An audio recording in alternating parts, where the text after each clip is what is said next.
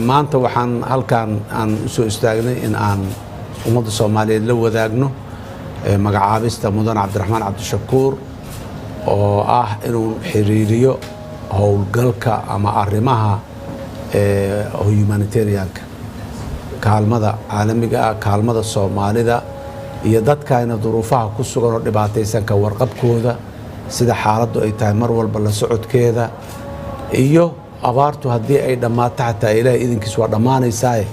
kasii kadib dadkii dhibaatadu ay ku dhacday xoolo beelay ee dhibaatadu ay gaartay sidii looga sii warqabi lahaa oo dadkaas noloshooda mustaqbalka fog loo waxay lahay in barnaamij cad iyo wada cad oo mustaqbalkana lagu waxay oo kale shaqada waa shaqo oo tabarucaad ah oo nafti huranimo ah oo mudanaha oo